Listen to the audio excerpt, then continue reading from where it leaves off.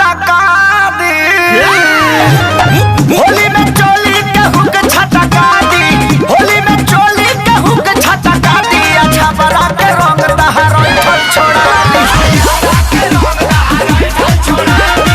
बलिया माऊ के लोग जिए नादी, बलिया माऊ के लोग जिए नादी। जाना बदना के रंग तोहरोई छोड़ा दी।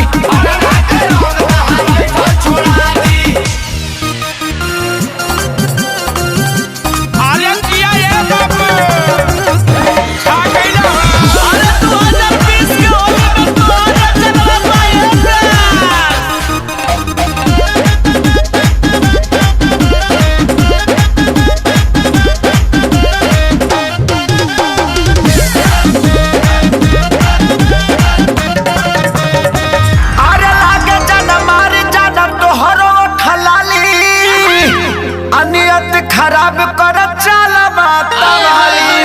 होलिया में ऐसा ना खड़ा देखावा। अब फागुन के बाद तू ही बना बुखारा वाली।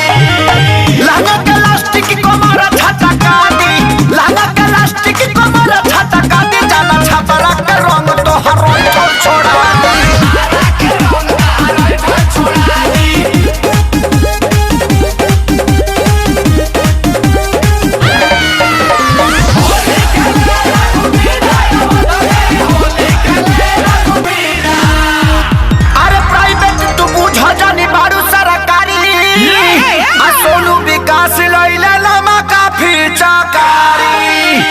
दुआरा पड़ावो गोरी खोल के केवाड़ी, टुन खेसारी रंग डाली है पारा पारी।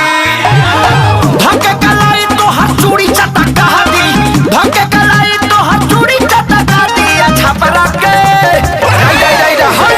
छपरा के रंग तो हर छोड़ा दी।